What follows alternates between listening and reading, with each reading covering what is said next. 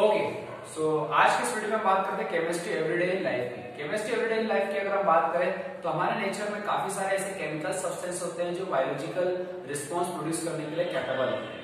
ये केमिकल्स को हम जनरली ड्रग्स के नाम से जानते हैं और ये ड्रग्स की अगर हम बात करें तो ये क्या करते हैं, ये ऐसे केमिकल सब्सटेंस होते हैं जिनका मॉलिक्यूलर मास बहुत ही कम होता है और ये इंटरेक्ट करते हैं मैक्रोमोलिक्यूलर टारगेट के साथ और फिर ये बायोलॉजिकल रिस्पॉन्स को प्रोड्यूस करने के लिए कैपेबल होते हैं। तो ड्रग्स जनरली क्या होते हैं जिनका केमिकल जो फॉर्मूला या फिर जिसका केमिकल्स जो होते हैं जिनका मॉलिक्यूलर मास बहुत कम होता है उनको हम इस ड्रग्स के अंदर देखते हैं और ये ड्रग्स जो है हमें नेचर में केमिकल्स या मेडिसिन के नाम से अवेलेबल होते हैं। मेडिसिन की बात करें तो हमें कई कैटेगरीज में मेडिसिन देखने को मिलेगी। फॉर एग्जाम्पल अगर हम बात करें तो ये हमें सिरप के फॉर्म में, टैबलेट्स के फॉर्म में देखने को मिलती है। इसके अलावा अगर हम बात करें ये केमिकल्स या मेडिसिन करती क्या है, तो ये हमें डिसीज से प्रिवेंट और उसको ट्रीटमेंट करने में जनरली यूज किया जाता है। तो कोई भी डिसीज अगर किसी ह्यूमन बींग्स को है तो उससे बचने के लिए, उसको पूरी तरह से केयर करने के लिए हमारे पास मेडिसिन अवेलेबल होती है। काफी सारे मेडिसिन होती है लेकिन इनके एक्शन के बेसिस पर हम कुछ मेडिसिन की बात करते हैं। जैसे हमारे पास आता है एंटासिड। एंटासिड एक ऐसा ड्रग्स होता है जिसका यूज जनरली हम कब करते हैं, जब हमारे स्टमक में एसिड की क्वांटिटी बढ़ जाती है, जब एसिड सिक्रेशन बहुत ज्यादा हो जाता है जिससे हमें इरिटेशन और पेन होना स्टार्ट हो जाता है स्टमक के अंदर। या कहें कि जब बार बार ये प्रॉब्लम होती है तो अल्सर भी हमारे डेवलप हो जाता है स्टमक के अंदर। तो एंटासिड ड्रग्स का यूज कब करते हैं, जब स्टमक के अंदर एसिड की क्वांटिटी बढ़ जाती है और जिसकी वजह से इरिटेशन और पेन होना स्टार्ट हो जाता है, तब हम एंटासिड ड्रग का यूज करते हैं। इसके अलावा इस एसिड के बढ़ने से स्टमक के हमें अल्सर भी देखने को मिलते हैं या अल्सर भी डेवलपमेंट हो जाता है स्टमक के अंदर। तो इन सब चीजों को कंट्रोल करने के लिए, प्रिवेंट करने के लिए हम एंटासिड ड्रग का यूज करते हैं। इसके बाद हमारे पास आता है ट्रैंक्विलाइजर ड्रग। ट्रैंक्विलाइजर ड्रग क्या होता है, तो ऐसे ड्रग्स होते हैं जिनका यूज जनरली हम कहां करते हैं, तो इनका ट्रीटमेंट करते हैं स्ट्रेस, माइल्ड और सेवरल मेंटल डिसीज के लिए। जो मेंटल डिसीज होती है, कोई स्ट्रेस होता है, उसको पूरी तरह से ठीक करने के लिए ट्रीटमेंट करते हैं, जिसका नाम होता है ट्रैंक्विलाइजर ड्रग। तो ट्रैंक्विलाइजर ड्रग ऐसा ड्रग होता है जिसका यूज हम कहां करते हैं, स्ट्रेस, माइल्ड और मेंटल डिसीज को ट्रीटमेंट करने में करते हैं। इन ट्रैंक्विलाइजर ड्रग्स के अंदर जनरली क्या होता है, एसेंशियल कंपाउंड होता है जिसको हम स्लीपिंग पिल्स के नाम से जानते हैं। तो स्लीपिंग पिल्स वाला कंपोनेंट क्या होता है, ट्रैंक्विलाइजर में प्रेजेंट होता है। हमारे पास एक एग्जांपल है क्लोरडाइजेपियम ऑक्साइड। ये सुटेबल होता है रिलीविंग टेंशन के लिए, टेंशन को रिलीज करने के लिए जनरली ये ड्रग बहुत सुटेबल होता है। इसका एक स्ट्रक्चर, इस स्ट्रक्चर को तो हमें याद करना ही पड़ेगा, इसका कोई कंसेप्ट नहीं है। इसके बाद हमारे पास आता है एनाल्जेसिक। एनाल्जेसिक ड्रग क्या होता है, जनरली पेन को रिड्यूस करने का काम करते हैं। जो भी पेन होता है उसको रिड्यूस करने के लिए हम एनाल्जेसिक ड्रग की बात करते हैं।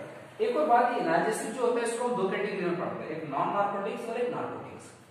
नॉन नार्कोटिक्स जनरली एस्पिरिन और पैरासिटामोल होते हैं, जबकि नार्कोटिक्स हमारे पास कौन होता है, मॉर्फिन होता है। ये एस्पिरिन, पैरासिटामोल जो है ये दोनों ही क्या करते हैं, हमारी बॉडी के पेन को तो रिमूव करते हैं, इसके अलावा पैरासिटामोल जो है ये टेम्परेचर को भी रिड्यूस करने का काम करता है।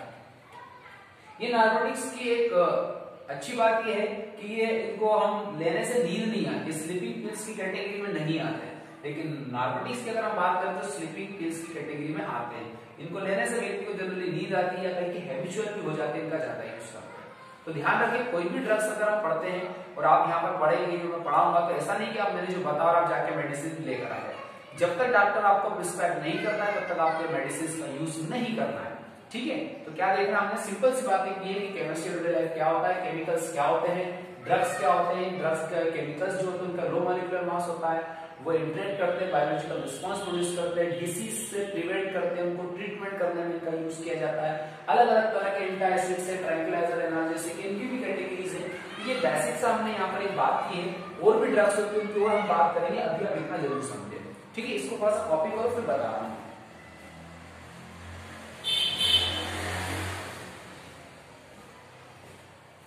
एक बात ध्यान रखना कि जब हम केमिकल्स की बात करते हैं तो ऐसा नहीं है कि केमिकल्स हमेशा हमारे ड्रग ही होते हैं। ये ड्रग्स जो है ना, जनरली मैं आपको बता दूं कि ये ड्रग्स हमारी बॉडी के साथ जो रिएक्ट करते हैं तो ये पर्टिकुलर जो डिसीज है उसको फोकस करने का काम करते हैं, या कहें कि जब ये डिसीज से अट्रैक्ट होते हैं उनको पूरी तरह से कील या तो कंट्रोल करने में अपना रोल प्ले करते हैं। ये अलग बात है कि कुछ मेडिसिन हम जब ले रहे हैं तो काफी सारे डिसीज का प्रॉब्लम सॉल्व हो चुका है, लेकिन कुछ डिसीज आज भी ऐसी जिनका प्रॉपर तरीके से कोई भी सॉल्यूशन हमारे पास नहीं है, केवल हम उनको कंट्रोल कर सकते हैं। कोई भी डिसीज का हमारे पास ऐसा आज तक कोई भी डिसीज जिसके बारे में हमारे को जानकारी नहीं है, कि हमारे पास काफी सारी इंफॉर्मेशन है, उसके बावजूद भी कुछ डिसीज ऐसी है जिनको हम कंप्लीट तरीके से खत्म नहीं कर सकते, उनको केवल हम कंट्रोल कर सकते हैं। तो उसमें भी ये केमिकल्स जो होते हैं, जो मेडिसिन होती है, अपना रोल प्ले करती है। ठीक है, तो आपको बेसिक तौर पर क्या याद रखना है कि जो केमिकल्स होते हैं ये क्या होते हैं, तो ये जो केमिकल्स होते हैं इनको हम अभी यहाँ पर एज ए ड्रग्स के फॉर्म में पढ़ रहे हैं, और ड्रग्स को हम क्या बोल सकते हैं, मेडिसिन बोलते हैं। और ये मेडिसिन हमको मार्केट में डिफरेंट कैटेगरीज में अवेलेबल है, और काफी सारे मेडिसिन और काफी सारे डिसीज को हम कंट्रोल आसानी से कर सकते हैं।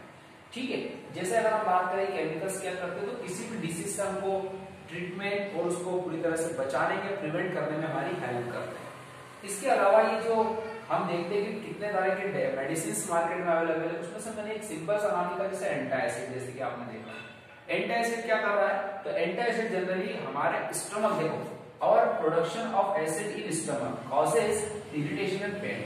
सिंपल सी बात है कि जो आपका या किसी का भी स्टमक की अगर हम बात करें तो इस तरह से बना हुआ रहता है, तो इस स्टमक में जब एसिड की क्वांटिटी बढ़ जाती है तो उसको एसिड को कम करने के लिए हम क्या करते हैं, एंटासिड का यूज करते हैं।